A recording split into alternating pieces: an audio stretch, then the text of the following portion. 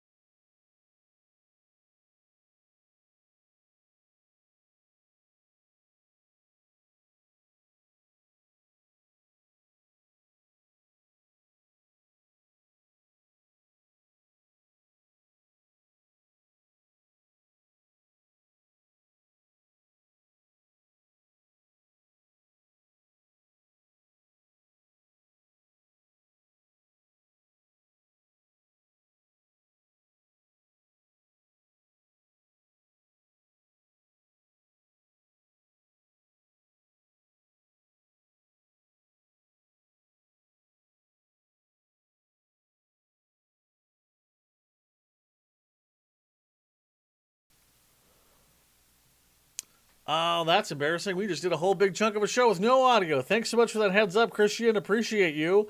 We're just going to rewind things back here a little bit. That's super embarrassing. As we roll ahead with now having audio on Game Over Edmonton. Oh, geez. This is what happens as I do go long times in between shows here on the Game Over Network. Really nice to be back. Hey, Christian, you're a bud. Thank you so much for snagging that one and pulling us out of it. Nice to see you, Conrad, in the chat as well. That was a bit of a weird game for our sweet Edmonton Oilers. Although I have a thought and I have a feeling, and this is going to sound crazy, we're really going to dive into it more in the third period of this little breakdown show. The Oilers have too much offense and nowhere to put it, and this game is a great example of that. Quick little scoring rundown as we get into this one. Adam Henrique opening the scoring with a power play goal, assisted by our pals Darnellers and Adam and Matthias Ekholm. Capo Caco, though, coming back immediately, or a minute and a half after that, not even, on a Seattle power play. Boy, man, wouldn't the Rangers like to have him in the lineup right now? As Capo Caco now 13 goals on the season. Caco ties it up. We head to the second period, and the Nuge is huge once again as he nets his 18th of the year, marking the score to 2-1 Oilers. And that's when we get to another, we'll call it a booger of a play by Bouchard. Oh boy, and I love Evan Bouchard. I think the people that want to run that man out of town are patently insane. The second you get rid of Evan Bouchard, you're going to find yourself looking for Evan Bouchard. So when Bouch goobers up this pass, Capo Caco takes it, scores the other way, and ties this game up. All I see is a lower cap hit for Evan Bouchard going forward. That's it. That's what happens. He's going to lower that number down, and I'm not mad at it. I really don't hate it because you can still have all his offensive ability and then deal with some of the foibles. Christian, it was the best game ever for the Oilers. It's so weird to watch this team without Connor and Leon, but when they do perform well without them, it's like, maybe they are real boys. Anyway, Capo Caco ties this one up on a booger of a Bouchard play. Jeff Skinner, though, able to net a goal that felt really reminiscent of the Mitch Marner goal in the Four Nations face-off, as he gets the puck right in the center of everything and is able to just rip it behind Joey Decord. We're going to talk more about Jeff Skinner in the third period here. But Nuge able to pull the Oilers ahead with the second goal of the game. A tiny little play assisted by our pals. Ignore that extra audio. As that play is assisted by Connor Brown, who is starting to pull everything together. And I'm more and more excited that we are going to start to see playoff Connor Brown come together. Because when Connor Brown is in full playoff mode, it's hard not to be super stoked with his play. And frankly, if he can be a part of holding this team together a little bit, especially when we get to the playoffs, I think we're going to be okay. And it's not going to be this bad horror zone that a lot of people have tend to think it is going to be for the Oilers in the playoffs. Anyway, hats off to our pal Nuge, getting his 19th of the year, assisted by Hyman and Bouchard. A really interesting kind of play as Hyman, looking like he did last year, and just eats up time, dumps it back along the boards, and Nuge, through a screen of two folks, able to rip it past Joey Decord for his fifth goal or his second goal of the game, eventually on his way to the hat trick. Burakovsky pulls the Seattle within one. Nuge gets down the empty netter. Jaden Schwartz gives Seattle some hope, but ultimately the Oilers are able to put this one away. 5-4 is your final. We're going to break into some of the other specifics of this one, and especially how the Oilers clearly have way too much offense. Coming up in just a quick sec here on the second period of this show, But I want to tell you about our merch. We have merch. You can come find it over at GameOverNetwork.com and rep your team, whichever group of buds you really love watching breakdown shows.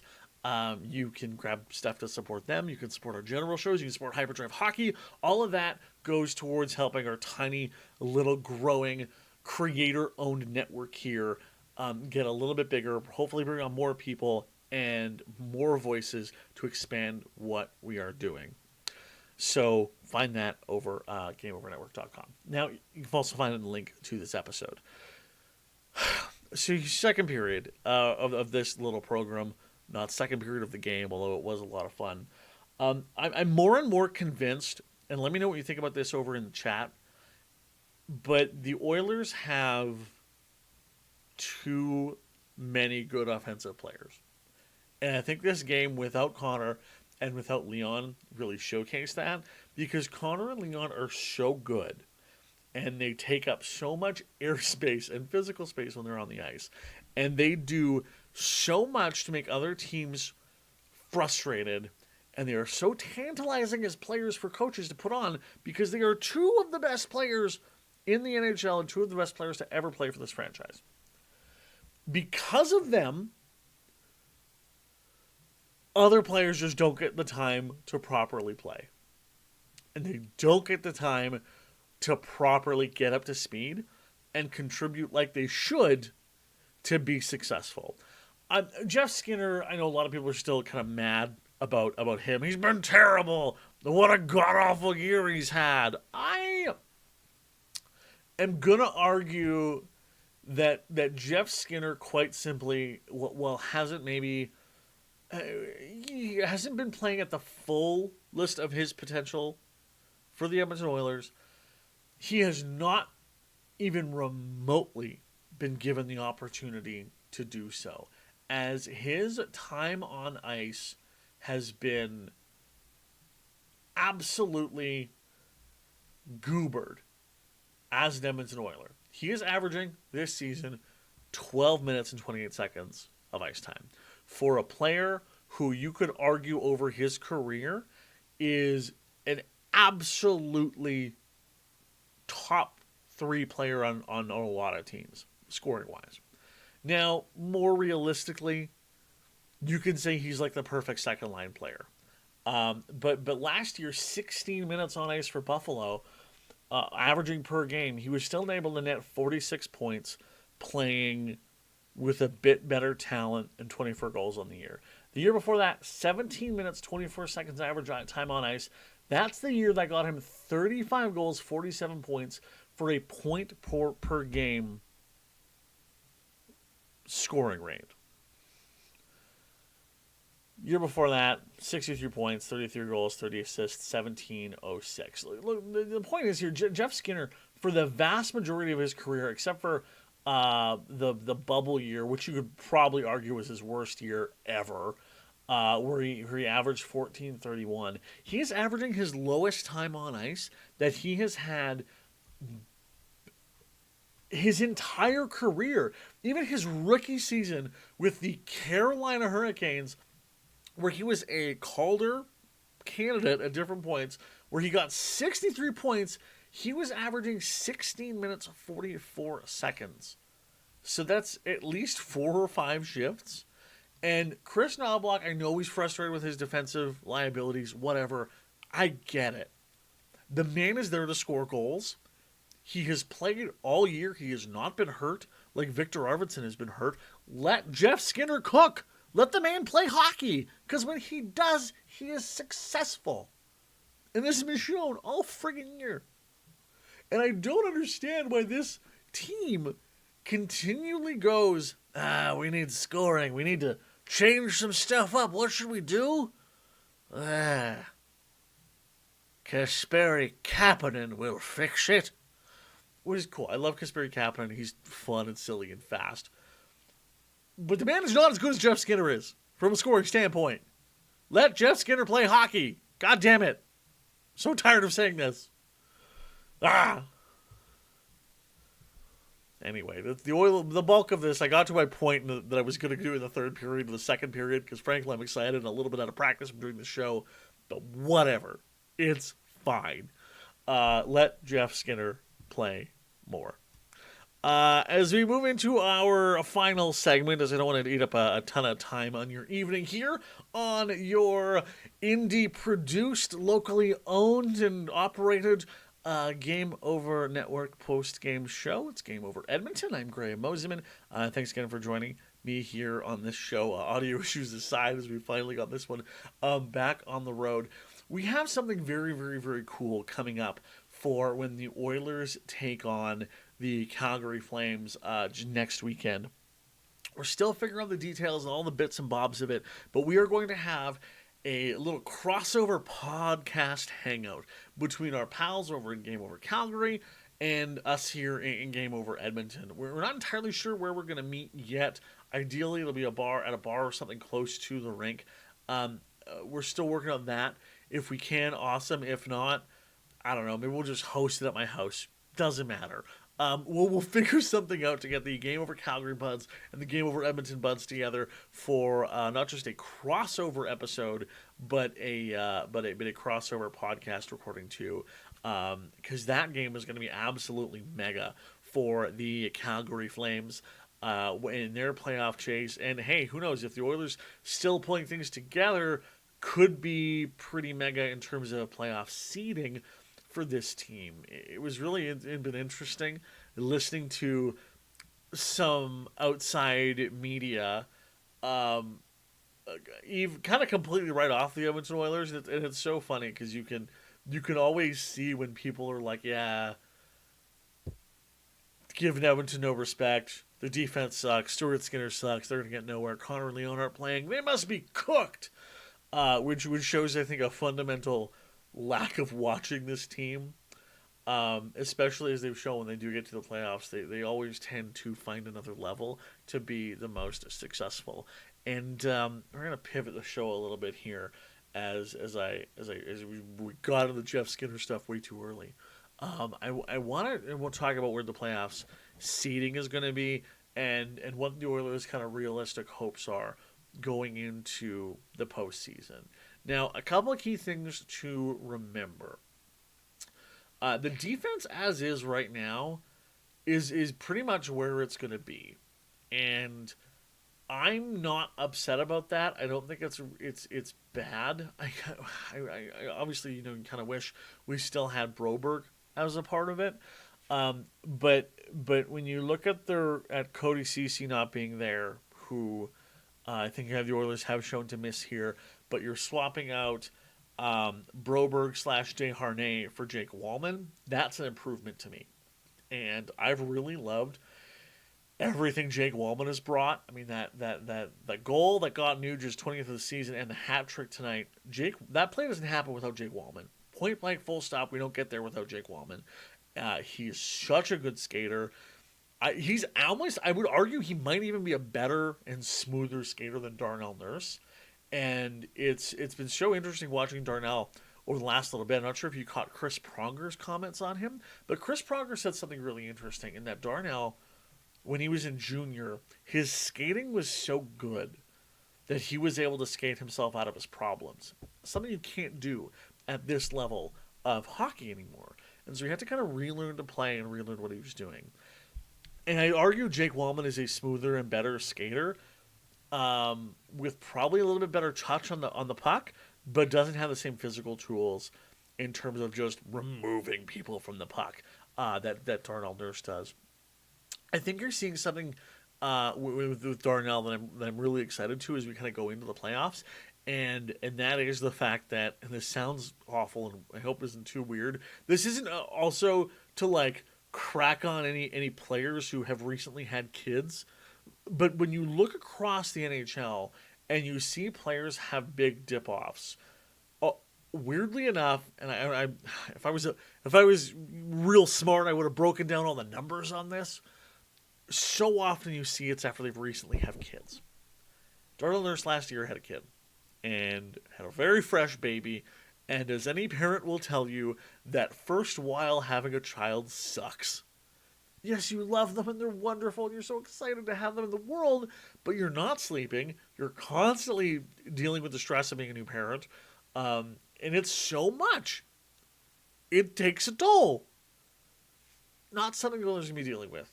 Ideally with Darnell Nurse going forward. And then you have Matthias Ekholm and Jake Wallman to kind of ease the load a little bit going into the playoffs. So when we take a look at where this team is standing-wise, as of this moment, with 13 games left, they are 2 points or 3 points back of the Vegas Golden Knights. And the Vegas Golden Knights are awesome.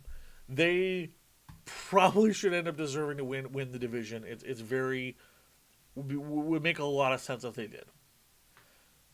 However, there's still potential for them to kind of fall off.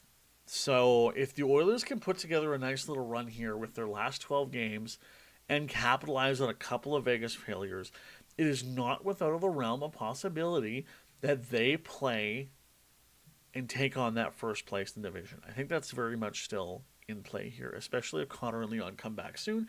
As we saw, Elliot Friedman reporting in Saturday headlines and his kind of mini 32 Thoughts segment, their injuries aren't long-term. Leon will probably be back first, but it's not long-term. So the Oilers could still go for first of the division. It's very possible. Probably more likely at this point, you just kind of want to keep ahead of the LA Kings to retain your home ice advantage. Because if the Oilers do jump in and take over that spot from the Vegas Golden Knights, you're playing either... You're probably playing Minnesota. And I don't know if I love that matchup, mostly because as an Oilers fan, I get that PTSD of the Oilers playing Manny Fernandez from the Minnesota Wild. And those games being so bad and boring and the Oilers losing constantly. So I don't really know that I want to go into that playing Minnesota. I really don't. That being said, it's not out of the realm of possibility here that the Los Angeles Kings, with their 2 games in hand on the Oilers and single game in hand on the Kings, they've been on an absolute tear. 7-2-1 in their last 10. The Oilers 6-3-1. The Knights 6-2-2. So all 3 of these teams are pretty evenly paced. If the Oilers have another drop off, if the Knights have another drop off, the Kings have. They need a bit of help, but the Kings would have a chance to jump into first in the division. Now they're 5 points back is a big jump to make, but I think at this point, it feels like it's going to be another Kings-Oilers series. I don't really want that. I'm sick of playing the Kings. I'm not sure I want to face the Golden Knights in round 1 though, or the Minnesota Wild. So, it's kind of pick your poison here in the Western Conference, really. Ultimately, the Oilers will be okay getting into the playoffs. I do deeply hope, though, that this team evens out its lines a little bit more. Because we've seen time and time again, when you give... I know there's always the temptation there. There's always the chance, when you have Connor and Leon being as good as they are, to just let them cook. But please let those boys rest. And let's get some of the other offensive talent going for this team. As we go into our final segment here, we'd love to take any questions, thoughts, feelings, emotions you have about not just get this game of the Oilers season writ large. Oh, if you want to post them up in the chat, please feel free to do so. We did see a really interesting comment on Twitter for this one that, oh man, Stuart Skinner's looking rough again. And yeah, I mean, it's hard to argue. He was kind of left out to dry on that Jaden Schwartz final goal of the game for Seattle. The disallowed goal I thought was a bit of an interesting one. I was surprised at how quickly they blew it. They blew it as a no goal, and I was shocked. They called it a goal on the ice, especially given how much goop was happening around the net. But when you think about the fact that the NHL is always like, we're going to get more offense, which is fair, they do. That's how you sell tickets in this game. I would imagine that's probably like a directive to the officials that like if you think it's a goal, call it a goal, and then they have to take it away and whatever. I don't really I wouldn't have a problem if that goal had been called back, or as it was. I wouldn't have had a problem if that goal had been allowed because I think there was just like enough confusion. And I'm gonna very much gonna sit on the side of if it's kind of 50-50 and it's hard to tell, just go with the call on the ice. And let's move on here. Chris Knobloch had a really interesting quote a moment ago here on the Oilers Sports Game Show about the Oilers playing without Connor and Leon. Quote, they get excited for the opportunity. I think the most important thing that really elevates their game is that they are engaged more. They know they're going to play regularly. Well then, Chris, play them regularly. What a concept. Oh, man, that guy just... He is a good coach. He is. But sometimes that rookie coach BS starts to shine through. They're engaged more because they know they're going to be playing regularly. You know how you fix that, Chris? You play them regularly.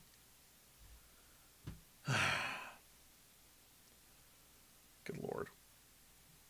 Brian Nugent Hopkins saying in the post-game show, our mindset was to shoot the puck, to go get it and play off it. We did it great in the first period. They did. Got away from it a bit in the second. They did, but still found a way to get it done. All very true across the board. When the Oilers play simple, they play better. And when the Oilers stop trying to be the crazy Harlem Globetrotters that they can be, they play better. And I hate to say it, but you know what? It shows when Connor and Leon aren't there. And, you know what? I hope the team takes this as a lesson. I hope Connor McDavid and Leon Draisaitl take it as a lesson because that's how you're going to win.